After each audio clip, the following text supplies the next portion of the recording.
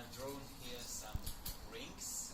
If you haven't realized what it is, it's actually the Olympic rings. I've tried to put them here so you can understand what it is. And it is for a reason I've drawn these rings. Because in just 9 days, we are going to have the 31st Olympic Games, Summer Olympic Games in Rio de Janeiro. And if you come to think of it, the Olympics and Toastmasters have a lot in common. And I'd like to dedicate today's meeting to the Olympics and to the Olympic spirit that we all as Toastmasters share. So let me tell you why I think Toastmasters and the Olympic movement have so much in common.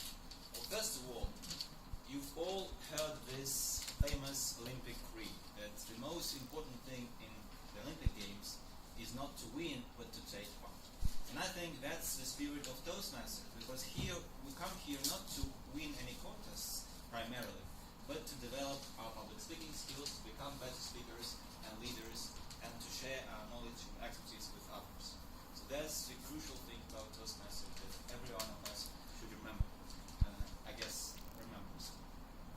Secondly, the Olympic Games and Toastmasters are all a force for good. Because you remember that in ancient times, when the Olympic Games were held, there were no conflicts. They would all be halted, and people would come together and compete and celebrate in good faith. And so is in Toastmasters. We come here, people from all walks of life, different ethnic, racial, and educational backgrounds, come together, we mingle with each other, we share our knowledge, give advice, help others and ourselves grow as public speakers and leaders. So that is also, I think, extremely important. Third thing I'd like to mention is that we also have competition here as a very important motivational tool. Because, we have fierce battles in Moscow area contests twice a year at least.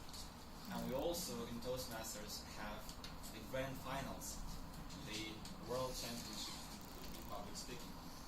So this, I think, it really helps us all to become better speakers, because we need to motivate ourselves to give it our all so that we can compete and hopefully win. And one more thing I'd like to add is that in the Olympic Games they have the athletes and the coaches.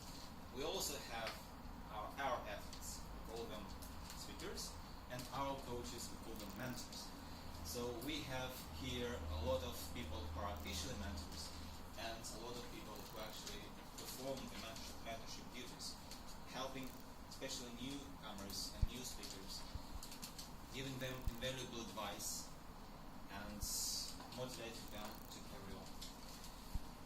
And I'd like to say that compared to the Olympics, Toastmasters has some very important benefits. First of all, we don't have doping issues.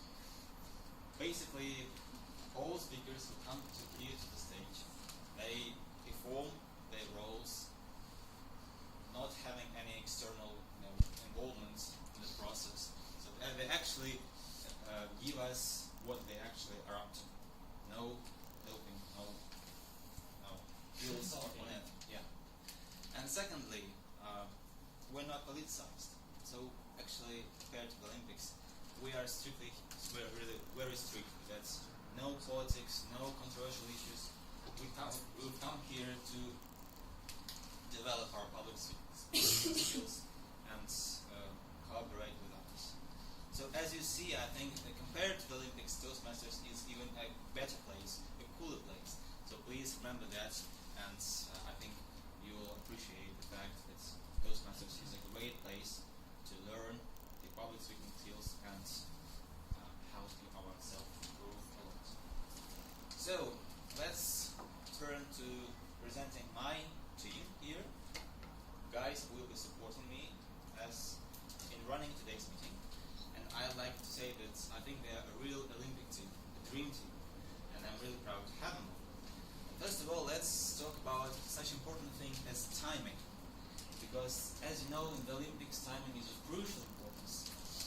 In many cases, time determines who wins and who doesn't.